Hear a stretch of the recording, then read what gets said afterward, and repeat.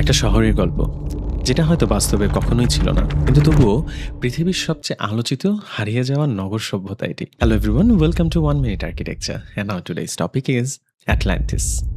এর প্রথম উল্লেখ পাওয়া যায় গ্রিক দার্শনিক প্ল্যাটোয়ের দুইটি বই, টাইমাস অ্যান্ড ক্রিটিয়াসে। প্ল্যাটো এটাকে বর্ণনা করেন একটি শক্তিশালী দ্বীপ সাম্রাজ্য হিসেবে, যা সমুদ্রের উপরে অবস্থিত ছিল এবং একসময় প্রাচীন এথেন্সের বিরুদ্ধে দাঁড়িয়েছিল। শহরটি ছিল একাধিক কনসেন্ট্রিক বৃত্তে আবদ্ধ। মাঝখানে ছিল রাজপ্রাসাদ ও ধর্মীয় কেন্দ্র, আর চারপাশে ছিল আবাসিক এলাকা, বন্দর এবং প্রতিরক্ষামূলক জনপদ। এই বৃত্তগুলো ব্রিজ এবং ক্যানাল দিয়ে সংযুক্ত ছিল, যা পুরো শহরটাকে একটি বিশাল জিওমেট্রিক সিস্টেমের মতো দেখাতো। প্ল্যাটো আরও লিখেছিলেন, অ্যাটলান্টিসে ছিল বিশাল harbour system, engineered canal network আর উন্নত ওয়াটার ম্যানেজমেন্ট ব্যবস্থা। জাহাজগুলো সরাসরি শহরের ভেতরের অংশ পর্যন্ত প্রবেশ করতে পারত। কিছু গবেষক বিশ্বাস করেন অ্যাটলান্টিসের গল্পের পেছনে থাকতে পারে বাস্তব কোনো ঘটনা, বিশেষ করে স্যান্টোরিনি এর ভয়াবহ আগ্নেয়গিরির বিস্ফোরণ অথবা মিনোয়ান সিভিলাইজেশনের পতন।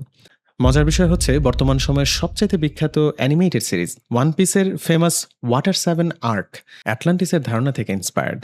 অ্যাটলান্টিস সত্যি ছিল কিনা এটা এখনও রহস্য, কিন্তু এর গল্প একটা বিষয় পরিষ্কার করে যে হাজার বছর আগেও মানুষ সিমেট্রি, ইনফ্রাস্ট্রাকচার আর ওয়াটার বেসড আরবান প্ল্যানিং নিয়ে গভীরভাবে চিন্তা করত।